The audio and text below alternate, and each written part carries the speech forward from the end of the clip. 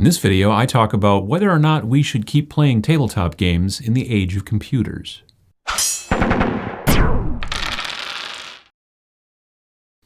So this has happened to me, I don't know how many times. It's probably happened to you if you're a veteran and have been playing tabletop games for quite some time. And if you're just getting into it, eventually this will start to happen to you as well. You'll be like at work or wherever, at school or something, and somebody, let's just call them, a normal, will say to you something like, "Well, hey, what are you doing this weekend? What do you got going on?" And then you'll say something like, "Oh, well, me and some pals are going to get together and we're going to play a game. We're going to play a war game, and it's going to be great." And they're like, "Oh, that's really cool. Like online? You're going to do that online with some sort of thing?" And then you say, "No, not online. No, we'll all be in the same spot." And they'll be like, "Oh, like a LAN party. Like you're all going to bring your computers together and get together and do all that kind of stuff, or maybe play something on the Nintendos, a little handheld, And you like, no. We're going to play a war game with little plastic soldiers, sometimes metal, and we're going to push them around on a table, and we'll all be in the same spot. And other than lights, no electricity will be required."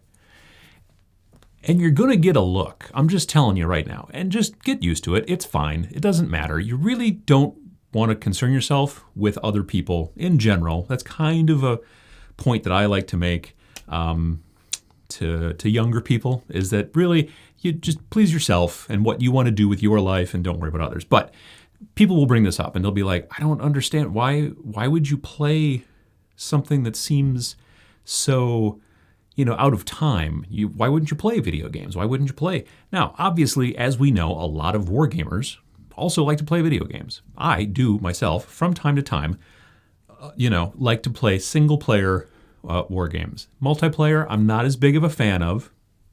Pachow. And, but single-player is great, And other people love to do both. That's fine. They like to do both of these things. But the question is in this day and age, 2016, why are we still playing with little lumps of material and pushing it around on an actual table? Why are we still doing that?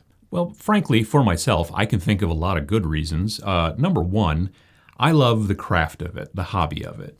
I've mentioned this many times in the past. I'm a hobby hero. I like to build and paint and do all that stuff. So for me, the lead up to even just the playing, all of the work that you sometimes have to go through to get the pieces together and to sand them and to shape them and to glue them and do all that stuff and then paint and all that, that to me is therapeutic. I enjoy it.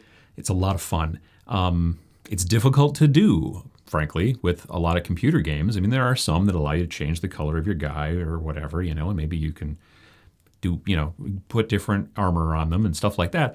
But really, for me, sitting down, spending the time, working with my hands, doing that stuff is really therapeutic and really keeps me centered, and you can't really do that with a lot of other things. There's also a very strong social aspect to tabletop wargaming. If you've been playing for a while, you know this. You meet new people. You go to your local shop and you find somebody that you've been playing with for a while, and they're like, "Oh, hey, my buddy has just started playing," and then, so he's interested in playing. So if you're interested in playing him, maybe you guys get together next weekend here or whatever, and you meet that guy, and then this happens and whatever, and then you guys play a lot, and you guys really hit it off, and then, your significant others become friends, and you start going out to dinner, and then all of a sudden you're somebody's, godfather or godmother or whatever. You know what I mean? It's like you can make new friends by doing this, which is much more difficult to do. It's not unheard of, but it's much more difficult to do when the person's on the other side of the planet and you're playing through, your Xboxes or whatever, because it's very unlikely you're going to meet them. Again, I'm sure someone in the comment is going to be like, "Oh, I married a person I met on Xbox Live." Great, that's awesome, but that doesn't happen as frequently.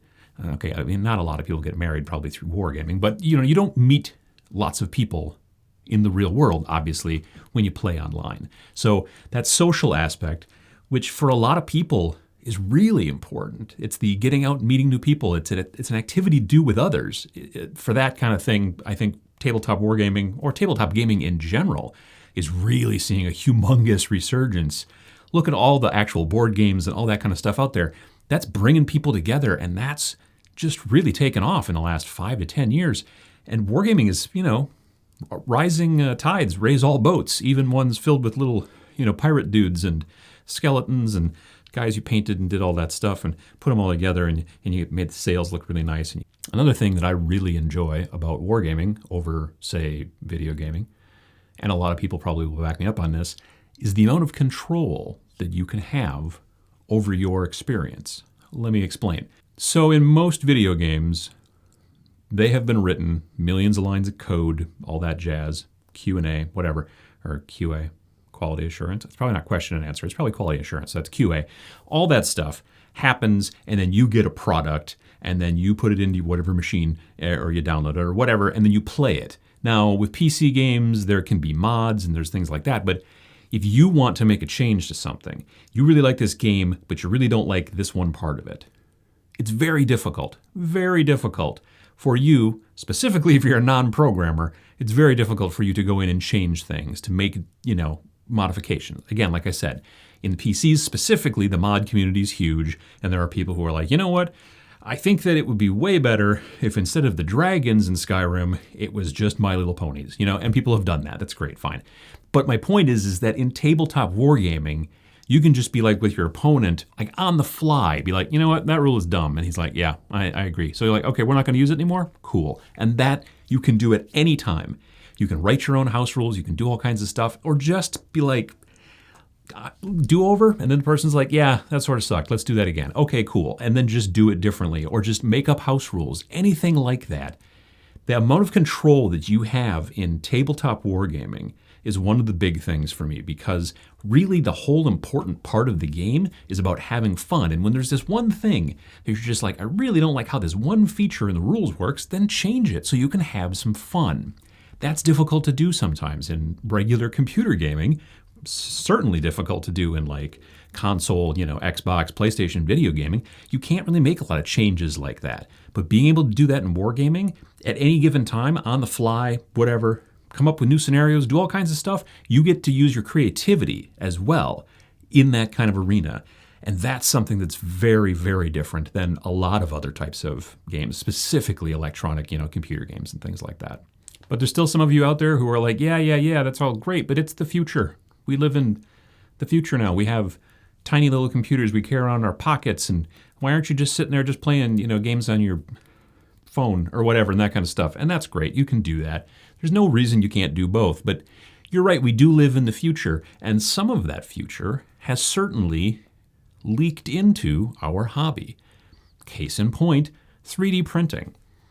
One of the things that's kind of interesting about where we're going as a society with 3D printing and technology, all that kind of stuff, is that it's going to allow us to be able to make our own. I mean, you're going to have even more control. Instead of just being like, let's change the rules and see how this goes, you just be like, I don't like that model, I'm going to make a new one. Or I'm going to do something different. I'm going to make some cool terrain over here that nobody sells. Nobody makes anything like it. I'm going to build it in the software, boom, output it in my 3D printer. Now we have this super cool piece of terrain that just works with this special rule that we made up before when we got together in person and first met. And it all ties back together. The point of the fact is that really we're going into the future, and that's fine, but tabletop wargaming is also going, sometimes albeit kicking and screaming, is also going into the future.